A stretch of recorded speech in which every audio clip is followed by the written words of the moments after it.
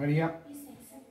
Doutor, vai ter um Oi. atendimento agora das 15, só que Tá. vai ser pelo WhatsApp daqui que eu Tá não bom, consigo tá bom, logar. Maria. Eu tinha te mandado a agenda, É. que às 4 eu teria consulta com a Clarissa que estava a confirmar, aquela advogada. Sim, sim. Aí ela já pagou, então vai ser às 4. Vai ter às 4 3, mesmo, tá? 4 e 5. Tá bom. É tudo online, né? Tudo online. Tá bom, Maria. Tá? Obrigado, viu? Esse é o atendimento das 3. Vou chamar ela aqui então, conversa. tá bom? Obrigada.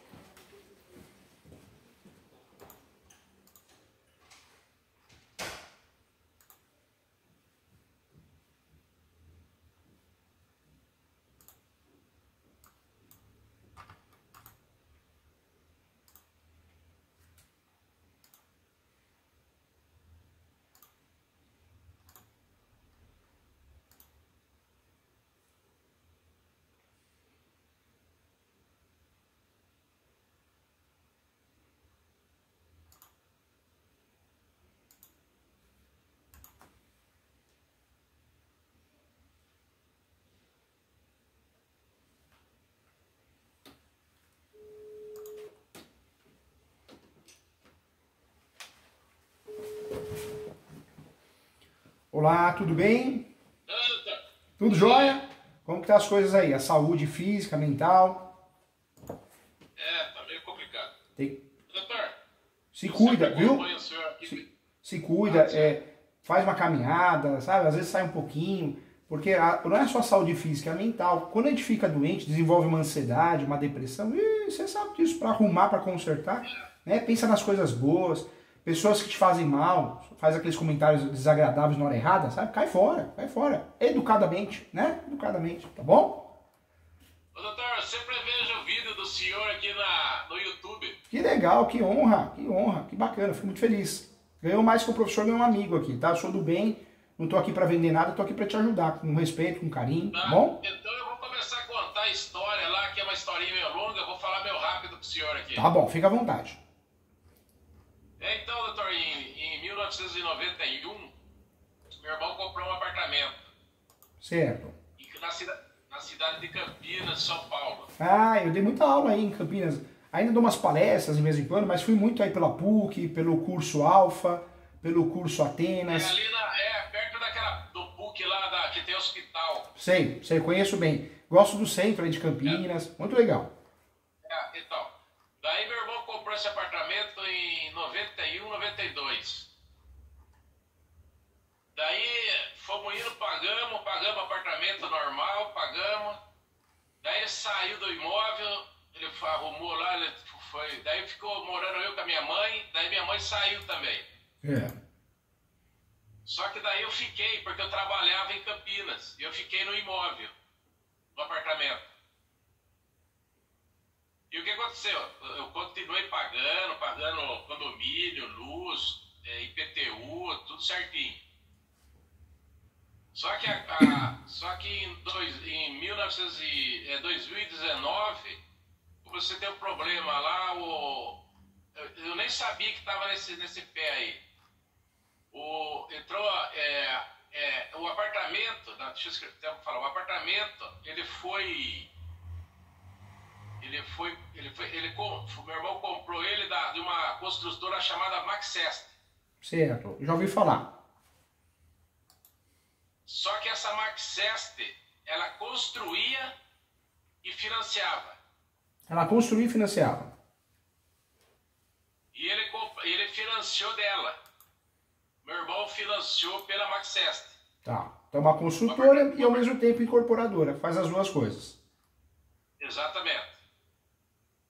Bom, passou um tempo depois, o pessoal da Maxest deu um documento de quitação de pagamento. Entendeu? Entendi. E quitou o que a gente tinha que pagar, foi quitado. Foi quitado. Certo? Quitado.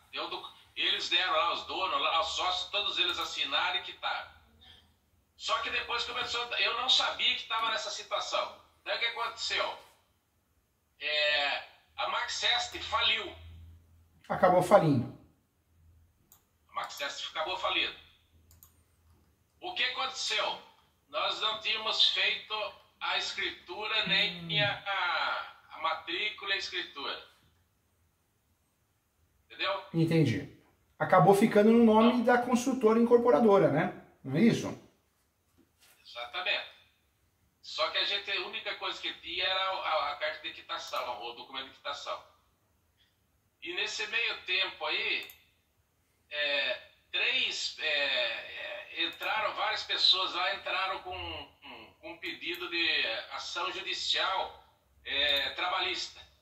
Duas trabalhistas e uma do fisco. Do fisco federal. Tá. E essa do fisco federal, o juiz lá, não sei, a Justiça Federal mandou o apartamento para leilão. Acabou mandando o apartamento para leilão, a asta pública, e não vai falar para mim que alguém rematou. Rematou? Só que daí, o advogado que estava cuidando, que estava cuidando do apartamento, ele conseguiu, não sei o que ele fez, tirar do leilão, tirar da fila do leilão, lá não sei como é que fala. Conseguiu fazer isso. Conseguiu, retirou. Daí tinha uma outra ação trabalhista de Campinas. Os advogados também conseguiram cancelar essa ação. Certo? Conseguiram também cancelar. Deve ter sido embargo de terceiro? Eu imagino que não. Talvez para tirar da ordem do leilão, fizeram embargo de terceiro. Deve ter sido embargo de terceiro. Você não lembra o nome da ação, né? Eu acredito que tenha sido embargo Embargo de terceiro, né? E tinha sido tirado também do pedido de leilão da Justiça Federal, que era questão fiscal. Tá. Conseguiram fazer também que o apartamento não fosse para leilão por questão fiscal. Também retirou do leilão. Na execução fiscal conseguiu tirar do leilão. Que legal.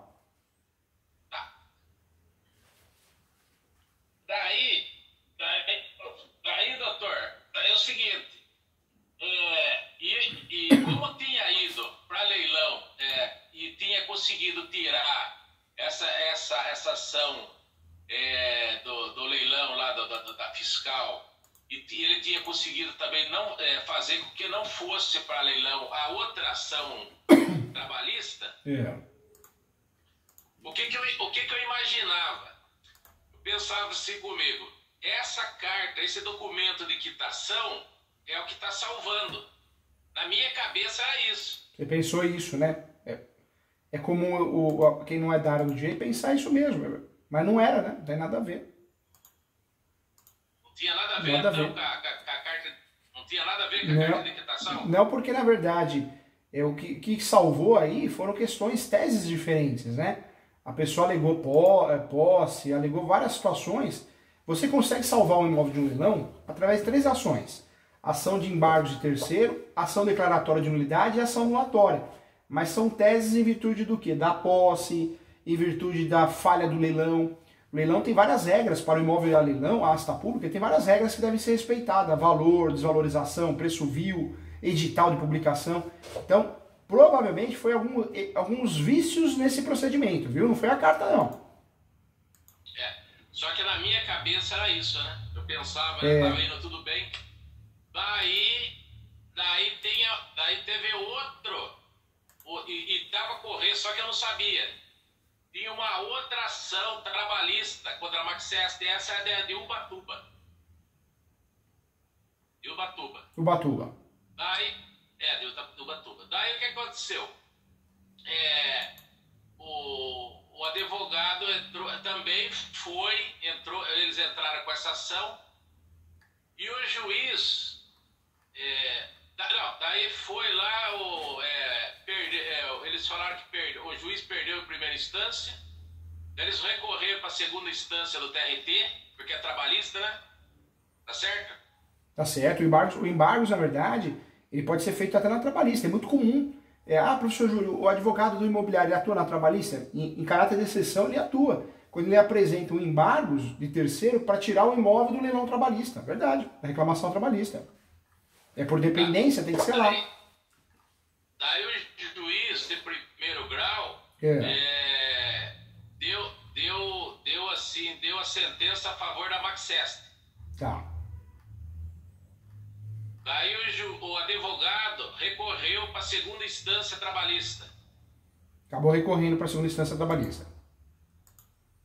E o que aconteceu? Daí na segunda instância,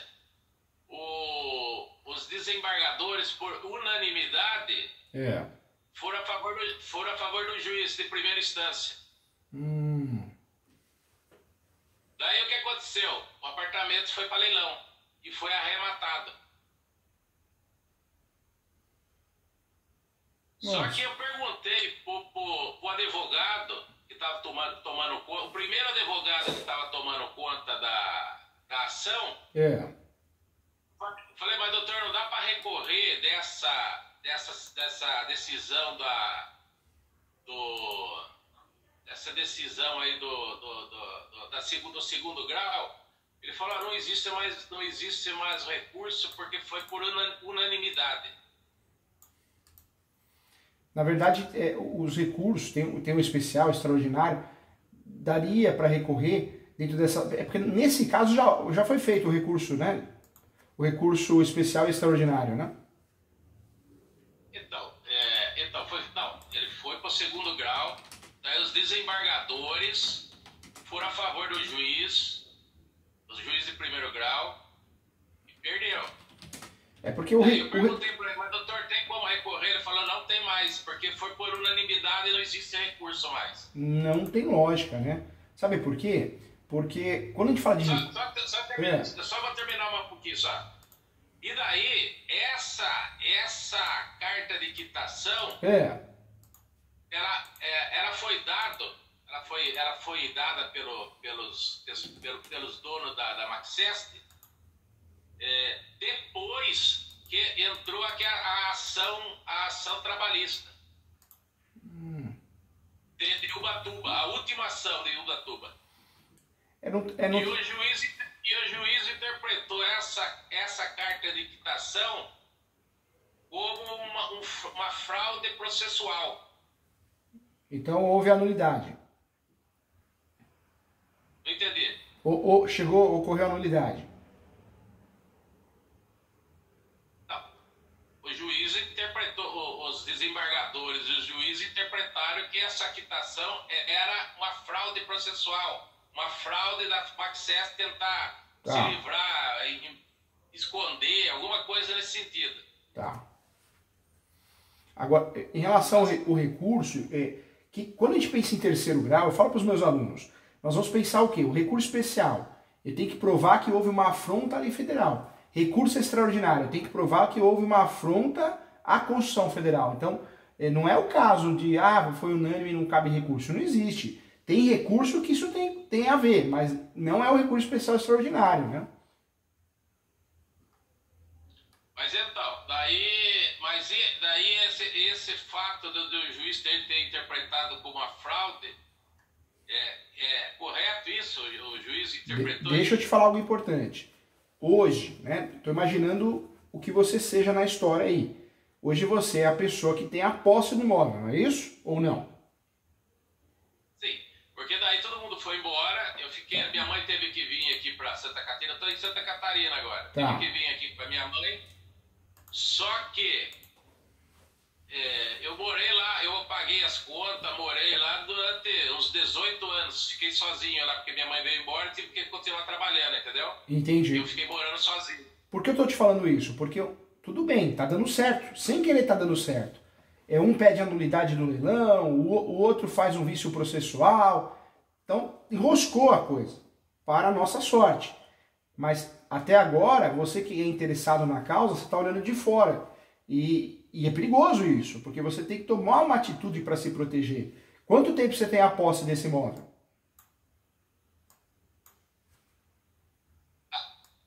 Meu irmão morou um tempo lá, acho que morou uns 3 anos, uns 4 anos. Depois o resto fui eu que fiquei morando lá e pagando as contas. E quanto tempo você mora nesse imóvel? 18 anos. anos, 17 Ótimo, anos. Maravilhoso. Hoje o que você... Mas eu tô... certo, mas essa a questão dessa, é que ficou, que não entrou na minha cabeça ainda, por que o juiz interpretou aquilo como uma fraude processual? A fraude processual... A fraude processual... Pode falar, pode falar.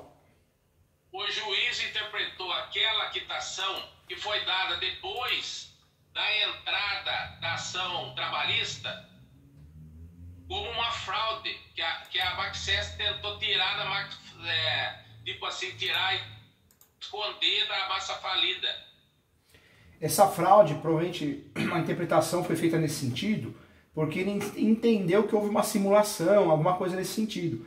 A nulidade, ela pode ocorrer em virtude de uma simulação, quando é do contexto material, ou a nulidade, ela pode ocorrer em virtude de uma questão processual. Então, o juiz pode ter ido de um lado ou de outro. Agora, você, com o tempo maravilhoso de posse que você tem, tudo bem, isso está acontecendo ali, essa confusão, mas você não pode ficar olhando não, você está vulnerável. Você tem que fazer uma ação de uso capião correndo com a súmula 237 para poder se defender, para você poder se defender sozinho. Eu vou chegar lá. Só que o apartamento já foi arrematado. Só que foi arrematado, mas você está na posse ainda, não tá? Então, só que o problema é que eu tive que ficar... Isso que eu ia perguntar, porque o senhor sempre... Eu vi uma aula do senhor. O senhor falou que mesmo a gente não estando no imóvel, porque eu tive que ficar 4 anos aqui com a minha mãe. Entendi. Só que durante esses 4 anos eu continuei pagando tudo dele. IPTU, condomínio, água, tá tudo certinho. Entendi. É que as pessoas, o leigo, né? E o senhor lá, até ele é advogado também, ele arrematou o apartamento, o valor ali do apartamento em média custava 230 mil, mais ou menos 250. Ele arrematou por 136 mil. Entendi. O leigo, né? O leigo e muitos advogados pensam que, uso capião, para bem fazer uso capião, tem que morar no imóvel, não posso sair de lá. Só que a posse ininterrupta, que é falado, eu falo isso no meu livro, ela não precisa ser ininterrupta no sentido, não posso sair daqui. Não é isso. Ininterrupta é você não perder a posse. Que tipo de posse você tem que ter para fazer uso capião? Pode ser direta, indireta ou alternada. Quando você aluga ou empresta um imóvel, você pode fazer uso capião. No seu nome, você é o possuidor. Só que a sua posse é direta ou ela é indireta porque você alugou ou emprestou. Quando ela é direta, porque você tem comércio, mora, legal, pode fazer uso capião também. Quando você deixa o imóvel fechado, porque você foi cuidar da tua mãe, ou você só frequenta imóvel por qualquer razão, trabalho, né, ou qualquer outra, você frequenta imóvel uma vez por mês, cada 2 meses, mas você cuida do imóvel, você tem a chave do imóvel, você faz benfeitorias, manutenções, você tem a chamada posse alternada, que é uma posse também utilizada para uso capião, entendeu? Então esses 4 anos que eu fiquei fora não vai prejudicar, porque eu entrei já com um uso capião. Pedido de uso capião. Legal, bacana, tá certo. O correto é você tomar cuidado com o que você fala no uso capião. Você nunca vai criar prova contra você. Você pega um juiz, uma juíza desatualizado, atrapalhado, né, maldoso. Você saiu do imóvel, então a posse não é interrupta. Mas não é a realidade, é que ele está desatualizado, ele ou ela. E tem muito, hein? Então o ideal é fazer uso capião, parabéns. Só que você não vai ficar entrando nesses detalhes. Se alguém usar uma matéria de defesa nesse sentido, mas ele está morando com a mãe, nós temos provas aqui, tá? Mas eu nunca perdi a posse, a minha posse passou a ser alternada. De direta, ela passou a ser alternada, ou seja, você nunca perdeu a posse, em momento nenhum, entendeu? E nesse caso, sempre trabalhar com a súmula 237 para se defender bem, né? Então, só que daí agora o rapaz lá, que arrematou, eu ia ficar com a minha mãe lá, mas teve outro problema também, que eu entrei no apartamento, tinha trocado a fechadura, tava tudo arrebentaram os negócios lá, agora eu vou cuidar com outro advogado lá.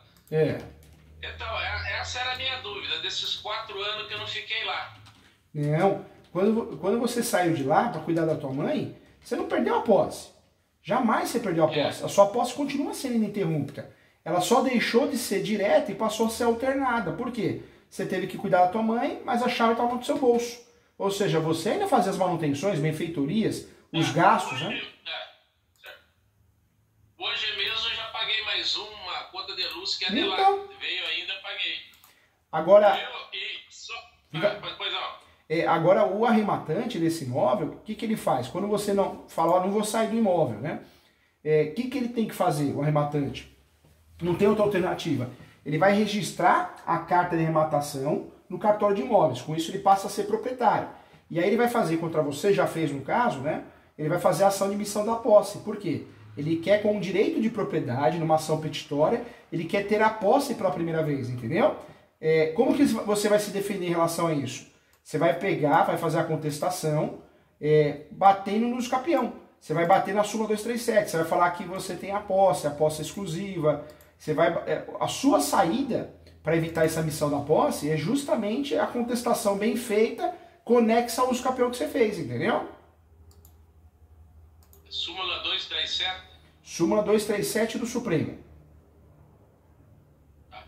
Então, só que daí ele pegou, ele foi lá na administradora e ele foi na administradora do condomínio e ele apresentou lá ele apresentou uma matrícula. Certo. Não sei se é matrícula, acho que é matrícula. Só que pelo que o outro advogado que está cuidando lá do uso capião, parece que ele não tinha emissão de posse. Ah, não tinha? O juiz não chegou a decidir? Então, pelo que o advogado falou para mim, o que está cuidando do uso capião, ele não tem emissão de posse. E parece que ele só deu lá um documento do documento que ele arrematou. Entendi, mas tá errado. Você sabe que porque o que pode estar acontecendo aí? Ou ele pegou um advogado, né? Eu tô falando que ele arrematou. Ou pegou um advogado, uma advogada que não é da área, é o famoso faz tudo, quem faz tudo não faz nada. Às vezes o advogado é previdenciário, é trabalhista, é criminal, é tributário. Então ele tá fazendo errado. Por quê? Porque orientou o cliente a bater na porta, tentar passar o condomínio para ele, tá errado, né? O primeiro passo de quem arremata o imóvel no leilão é pegar a carta de arrematação e ir lá no cartório de imóveis e registrar. Por quê? Eu me torno proprietário. Eu me tornando proprietário, eu posso usar as ações possessórias contra um mutuário, contra um invasor. E aí eu consigo fazer o quê? Eu consigo pedir uma tutela antecipada. O que é a tutela antecipada, né, em caráter antecedente? Eu peço uma liminar para o juiz. Nós temos as liminares que a gente vê em filme e novela. É o efeito liminar. O nome correto é tutela provisória. Tutela provisória, nós temos a medida cautelar que é para proteger a ação, para proteger o pedido da ação, e temos o próprio pedido antecipado. Tutela antecipada é o pedido antecipado. Eu estou pedindo ao juiz. Como eu sou dono, você está vendo que eu sou dono aqui, porque eu registrei a carta de arrematação no cartório de imóveis, eu sou dono, né? Eu quero que ele saia. Aí o juiz, o Poder Judiciário, pode comprar essa tese e falar, não, tá bom, você tem razão, pode pedir para sair. Quando isso acontece, o que você vai fazer do outro lado? Você vai fazer um recurso. O nome do recurso é agravo de instrumento, para evitar que essa decisão provisória te prejudique, entendeu? Tá, tudo bem, mas e o fato dele ter arrematado o imóvel? Ele já está pagando, ele falou que ele está pagando, o que é? Na verdade, o correto, a orientação que ele deveria ter tido, corre atrás do registro. Você tem a carta de arrematação, vai registrar isso. Ou ele foi muito mal orientado, pode ser, ou... Ele é advogado também, doutor. O cara que arrematou, ele é advogado. Não, isso não quer dizer nada. Ser advogado, ter a OAB não quer dizer que tem conhecimento. Pelo contrário, tem muita gente que é formada em direito, ou tem OAB e não sabe nem o que está falando. De ramo nenhum, hein? É assustador. Então, às vezes a pessoa é formada em direito, tem até OAB por questões de ego, mas é portador de OAB, né? Então errou feio. Porque não teria que passar o condomínio para o nome dele. O primeiro passo era passar o imóvel para o nome dele para depois fazer uma ação de missão da posse rápida, né? Com tutela antecipada, entendeu? Mas, doutor, ele então agora, o boleto do condomínio está vindo do nome dele, não está mais vindo pro meu nome. Tá, porque na verdade o administrador ou o síndico, tá bom, você provou que você comprou no imóvel no leilão, arrematou, tá bom, então vamos passar pro seu nome. Ele foi na administradora. É isso mesmo. Que também tá errado a administradora, né? A administradora devia falar assim, olha, eu só posso passar pro seu nome a partir do momento que tiver o seu nome. Não é a carta de arrematação, não, é a certidão de propriedade. Mas tem administradora que não sabe disso, síndico não sabe disso, então você quer pagar? Tá bom, você vai pagar direitinho? Vai, então tudo bem, passa pro seu nome, entendeu? Exatamente. Mas então, no caso, como ele não tem ainda a emissão da posse, ele está ilegalmente. Se ele entrar agora, ele está ilegal no imóvel? Se ele fizer a ação de emissão de posse sem ter registrado, né, sem ter feito o registro da carta de arrematação, ele deu um tiro de fuzil no pé. Por quê? Na sua defesa, você vai falar, peraí, juiz, ele está fazendo emissão de posse, nem dono ele é. O único documento que prova a propriedade é a certidão de propriedade atualizada. A carta de arrematação é justo título e boa-fé. Não é um documento que prova que ele é dono, entendeu? E não é muito... Seria emissão de posse. A ação? A ação seria emissão de... Não, a emissão de posse é o quê? Que significa que ele já é o dono mesmo. Não, a ação de emissão de posse é uma ação que quem compra o imóvel no leilão, adjudicados da Caixa, faz contra o mutuário, ou aquela pessoa que está no imóvel, para tirar aquela pessoa. Só que o requisito dessa ação é ser proprietário. Para ser proprietário, ele teria que ter registrado a carta de arrematação no cartório de imóveis, entendeu? Para se tornar dono. Com a carta simplesmente em mãos, ele não é dono de nada. Ela não faz a vez de ser dono, entendeu? Entendeu? Não. Não, mas é que... Então, aí já complicou. Então. Por quê? Aí já deu uma complicada. Porque... Mas então... Agora... Vou te explicar. Quer ver? Agora você vai entender. Você fez o que até agora? Você fez o uso capião, não fez? Primeiro, só que antes do uso capião, eu conheci um advogado, um tal de Dr. Flávio Niereri. Ele tava fazendo propaganda lá que ele conseguia anular imóvel, alugar leilão, tudo. E eu entrei com ele, só que ele entrou com uma ação. Eu tenho duas ações. Uma com o Dr. Flávio Niereri, que ele falou que no Tribunal Superior do Trabalho existe uma súmula, acho que é a súmula, né? Falou bem, isso mesmo. Que diz o seguinte, que quem tinha o documento de compra e venda antes da falência da construtora incorporadora, tem direito ao imóvel. E está com ele, já tem essa ação correndo. E além dela, também tem o uso capião. Entendi. E ele vai pedir anulação o Dr. Flávio Niereri vai estar pedindo anulação do leilão. Tá, deixa eu te explicar algo importante. Às vezes, eu falo isso em relação a médico também, contador.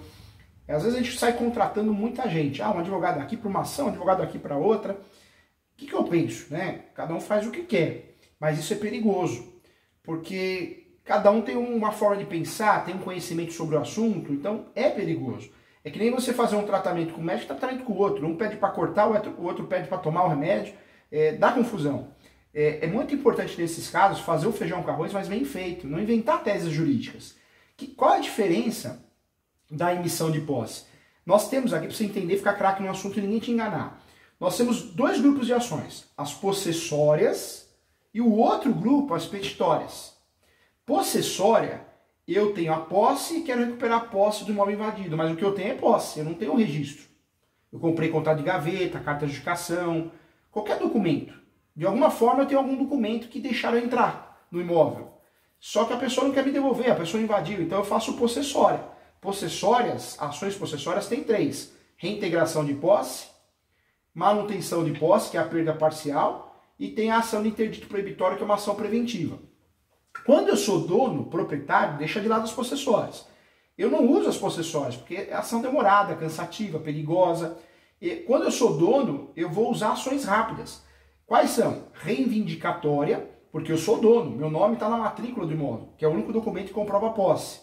Ou quando eu comprei o imóvel no leilão, arrematei no leilão, comprei no Adicados da Caixa, uma venda direta, e eu nunca tive a posse, mas eu consegui passar para o meu nome, mesmo sem nunca ter tido a posse, porque uma coisa não vincula a outra, eu peguei e comprei no leilão, arrematei no leilão, e passei para o meu nome através da carta de arrematação.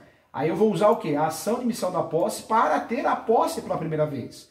E isso nós estamos pensando na pessoa que arrematou o imóvel no leilão. Agora pensando em você. Você que tem a posse direta e alternada, que é posse do mesmo jeito, você tinha que ter feito, não sei se você fez, mas um uso capião bem feito, com teses recursais, com talvez um tópico do pré-questionamento, trabalhar com a súmula 237 do Supremo, súmula 237 do Supremo, que pode ser arguido em matéria de defesa. E aí sim, a hora que alguém te cutucar com uma ação, se te cutucar, você vai fazer uma defesa e falar, peraí, eu que tenho a posse. Aí você tem briga, você tem como fugir, você tem como discutir. Você poderia até ter feito isso no leilão. Você poderia ter suspendido o leilão com essa justificativa, através de um embargo de terceiro. Você, estou falando, né? Você que tem a posse. Poderia ter feito uma averbação premonitória na matrícula.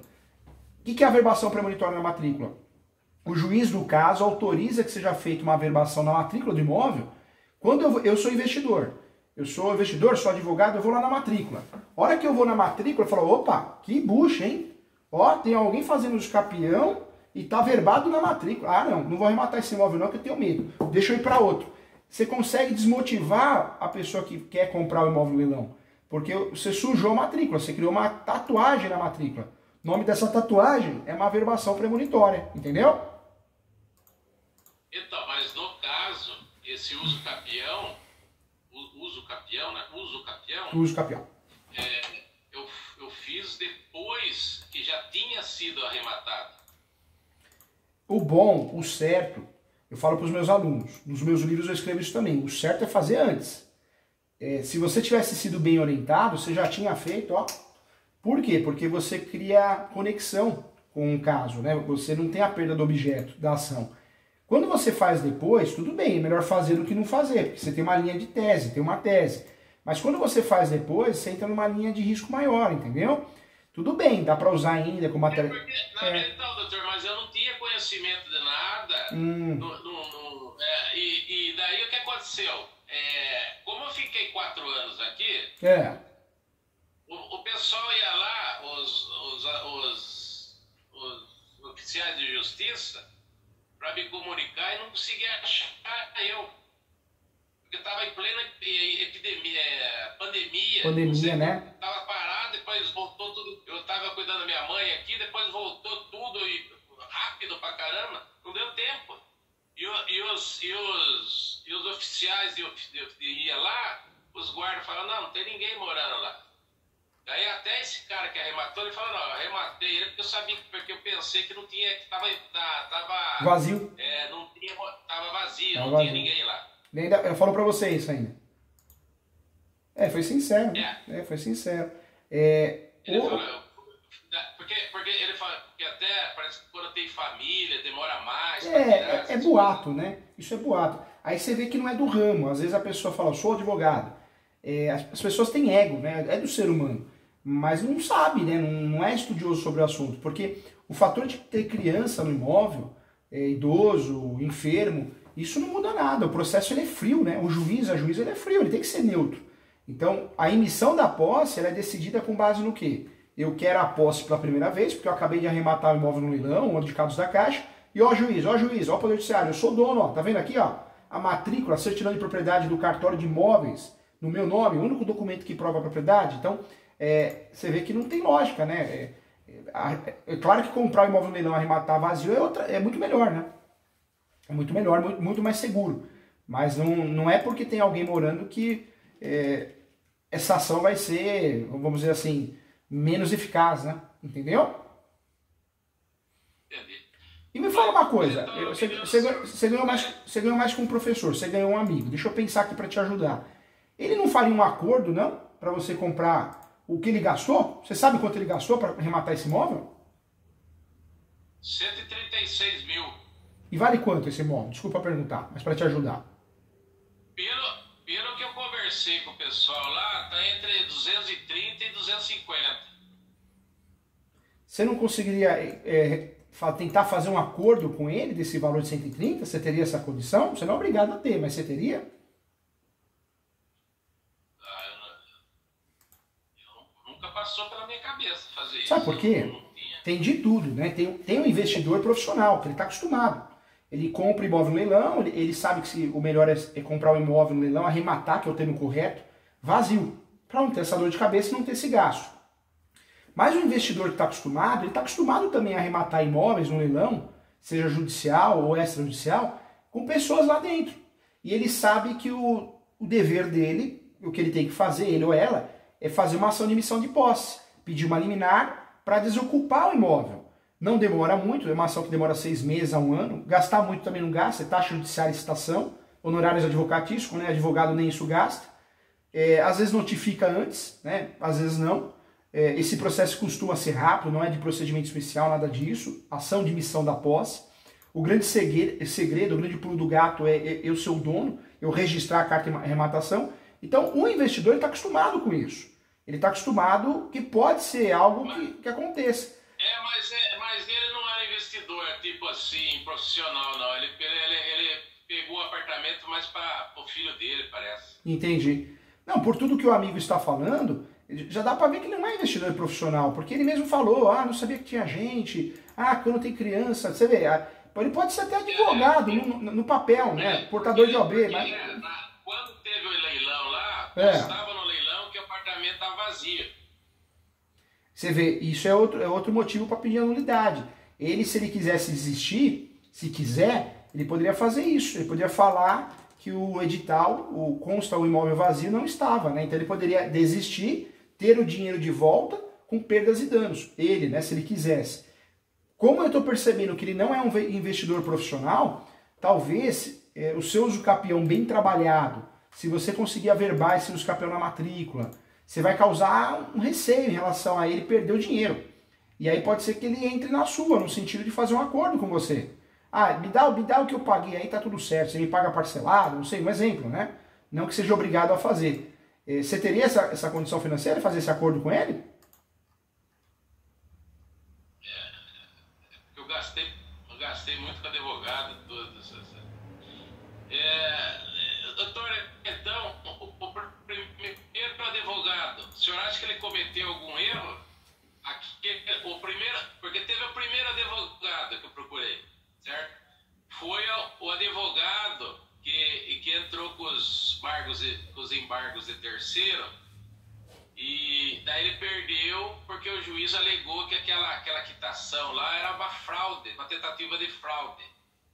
Daí eu perguntei para ele se existia uma possibilidade de recurso. E ele falou que não existia possibilidade de recurso, porque os desembargadores foram unânimes a favor do juiz de primeiro grau. Não, isso não... E eu falei, mas doutor, não existe mais possibilidade de nada, nenhum recurso? Ele falou, não.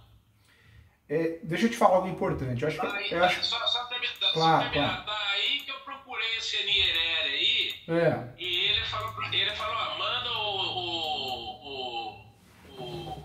o número do processo para mim estudar.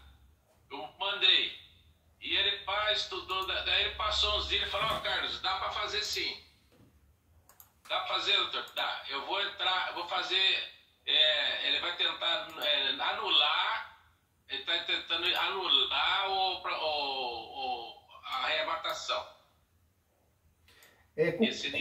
Com muito carinho, né? Eu acho que eu falo para os meus alunos isso. O advogado, advogada, como qualquer profissional, tem que ser ético. É muito fácil, do lado de fora, ficar apontando erros. É fácil fazer isso. E pelo contrário, no Brasil, que tem advogado que faz isso para tentar pegar ação, só que esquece que existe Deus, existe força maior, existe energia. Você gospe para cima, você faz isso com as pessoas, amanhã ou depois vão fazer com você. Então precisa tomar cuidado. É fácil apontar erros.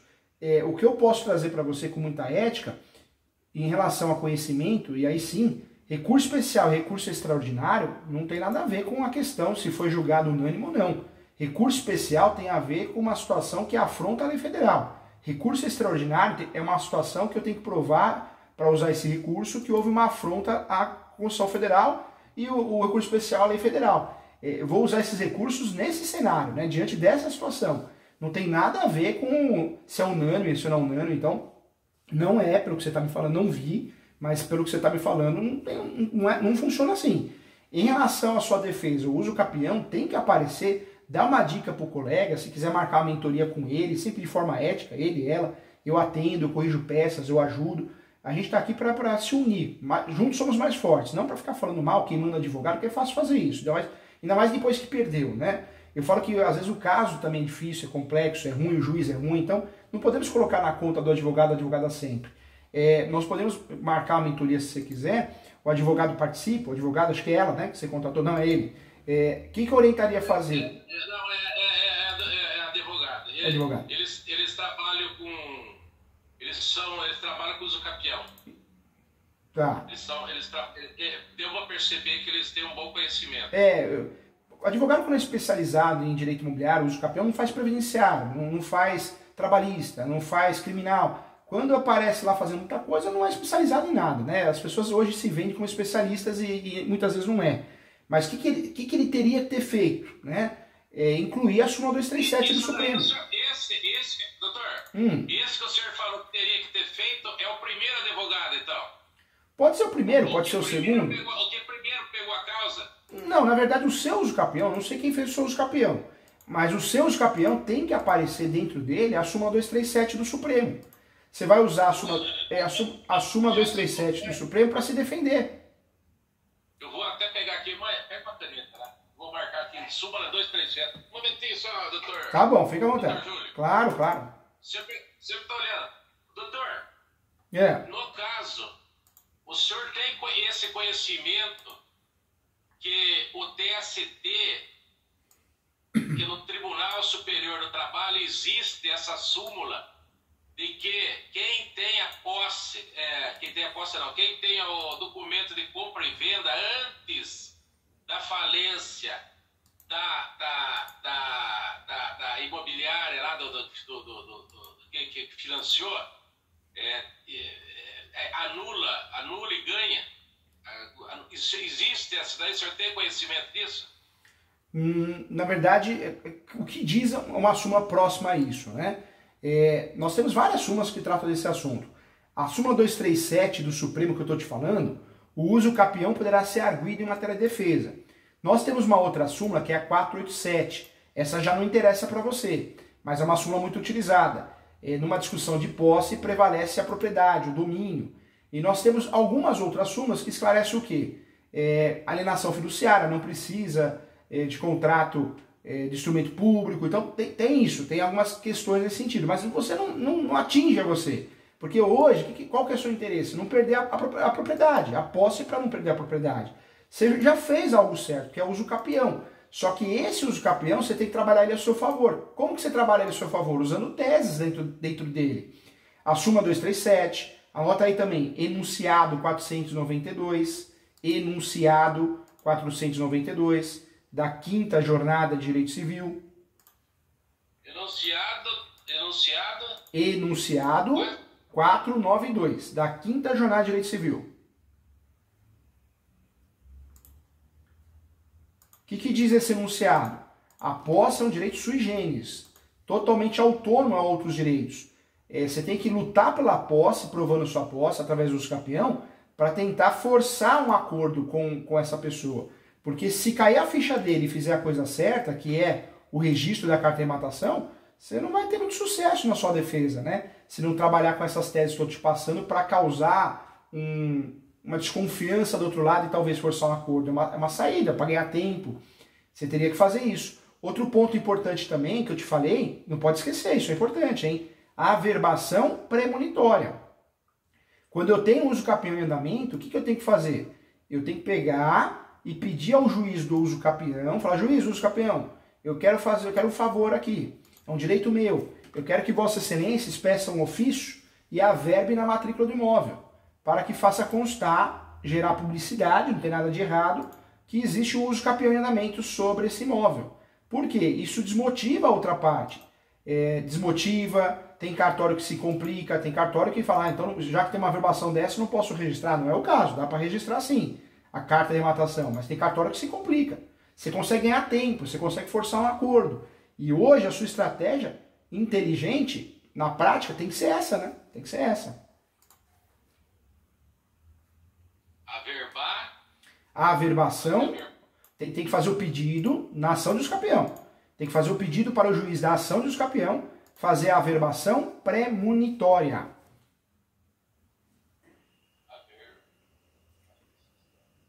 Premonitória? Premonitória. Averbação premonitória.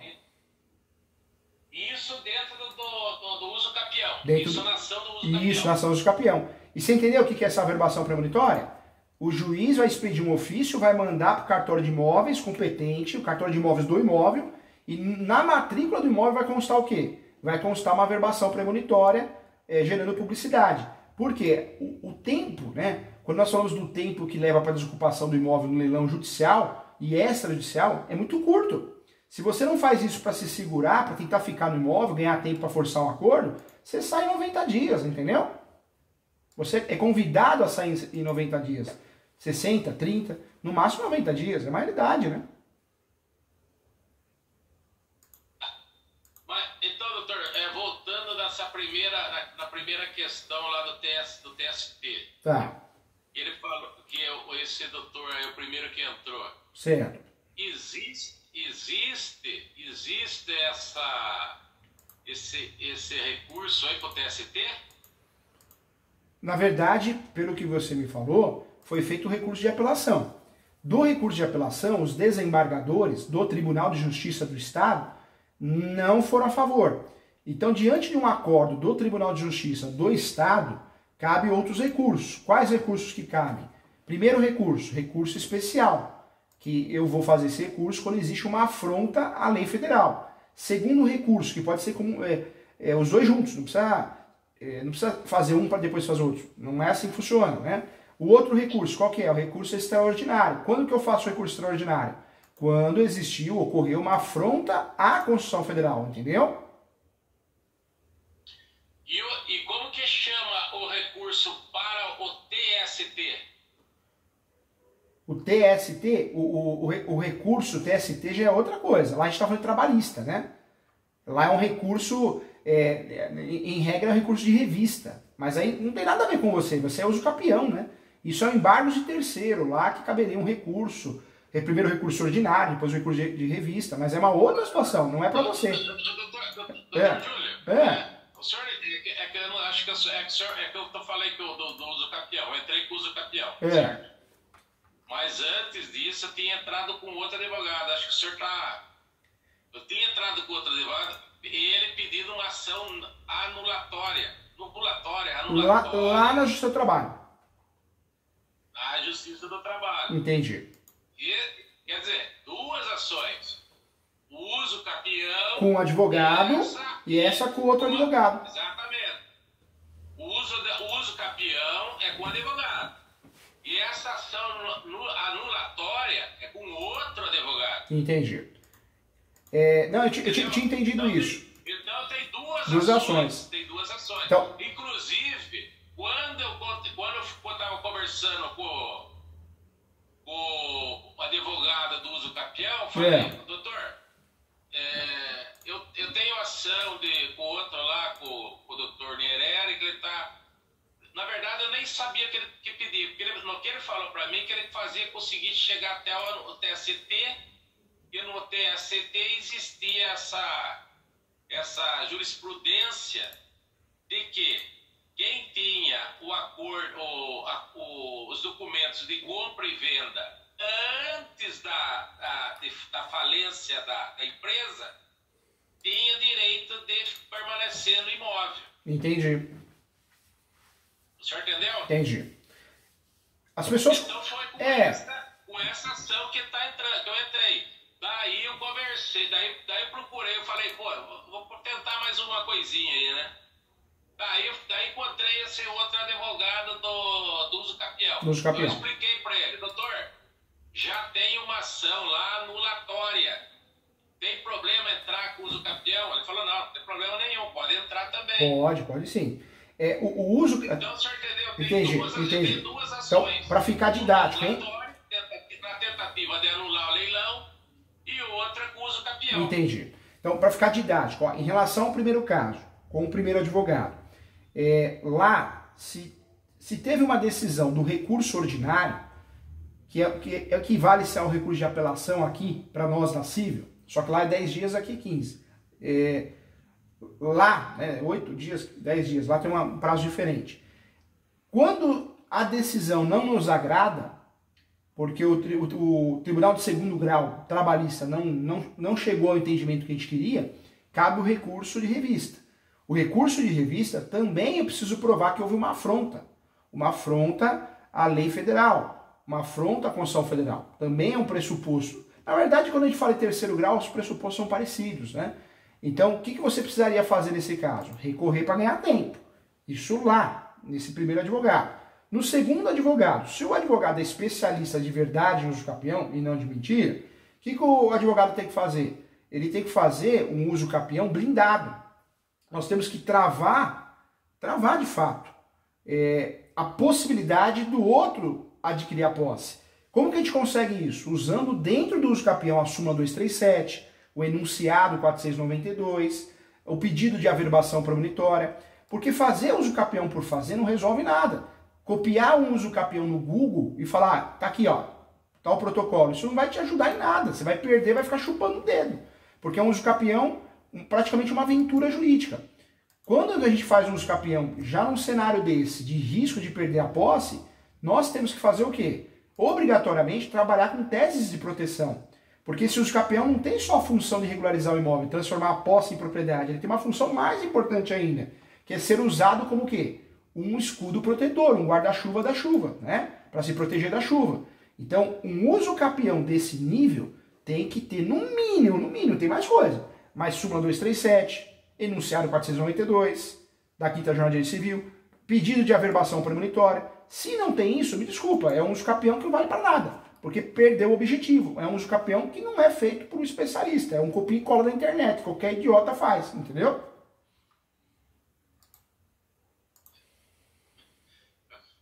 Agora eu não sei se... Mas pelo jeito dele...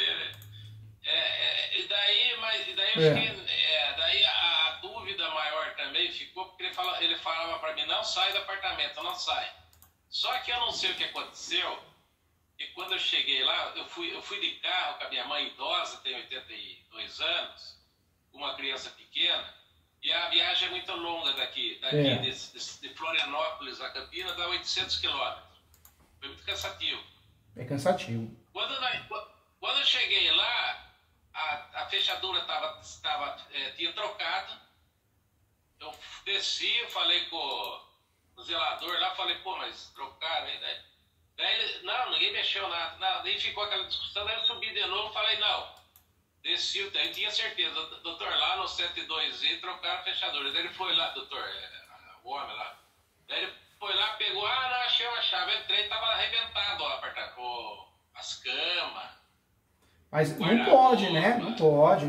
Você sabe que agora surge uma outra ação. Olha como o caso é complexo. Não. Essa ação Você já fez? Já. Perdas e danos. Já vou entrar porque eles entraram lá ocupar. A minha dúvida agora, em geral, o senhor já teve uma noção do que aconteceu, né? Já. O senhor já entendeu tudo? Já entendi. Agora uma pergunta que eu ia fazer para esse Niereri, que é o segundo advogado, é que o senhor acho que o senhor tá meio...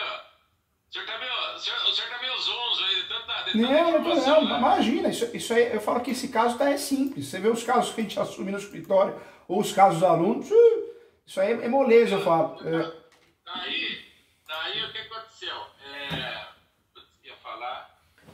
Não pode, você só pode entrar no imóvel com decisão judicial. Se fizeram isso contra você, você tem que fazer perdas e danos. Tudo que é dano material e dano moral, você vai conseguir ter sucesso. Que é isso? Compra o imóvel no leilão, ó, vamos lá, vamos quebrar tudo que o imóvel é meu. Não, é decisão judicial. Não foi ele. Não foi o cara. Eu ia falar um negócio do Niereri. Bom, os 4 anos. Certo. Os 4 anos que eu fiquei ausente. O cara lá, o cara que arrematou, já fez lá, ele já tá no nome dele, o apartamento, coisa. Isso prejudica o uso capião, esse fato de eu ter ficado 4 anos fora do apartamento? Já te falei isso, hein? Não te prejudica, hein? Não te prejudica. Isso não existe. A posse para uso capião pode ser direta ou indireta ou alternada. Se você saiu do apartamento para cuidar da tua mãe, você não perdeu a posse, tira isso da cabeça. Você deixou de morar lá, mas a posse é sua, a chave estava no seu bolso. Você pagava as contas, você fazia manutenções. Tudo. Paguei, não ficou um condomínio, não atrasou condomínio, não atrasei IPTU, não atrasei nenhuma conta, tá tudo certinho. Eles deram até comprovante de que eu dava tudo certo. Tudo quitado. Ótimo. Você não perdeu a posse, tira isso da cabeça, hein? Não fica falando isso, não. Agora eu vou voltar num outro caso. Tá. Nesse outro caso não, na primeira ação lá. Eu tinha falado pro senhor que ele tinha ido para leilão por questão fiscal. Ele foi 2 vezes para leilão. A primeira por questão fiscal. Certo? Falta de pagamento, né? Lembro. Sei. Isso é a questão fiscal da Maxeste. Acho que ele ficou devendo para o Estado alguma coisa. Eles tentaram leiloar o apartamento. Aí os advogados conseguiram tirar. Agora eu faço uma pergunta. Eu ia fazer essa pergunta para o Nierera, lá esqueci. Por que o juiz trabalhista, considerou essa carta de quitação uma fraude processual? E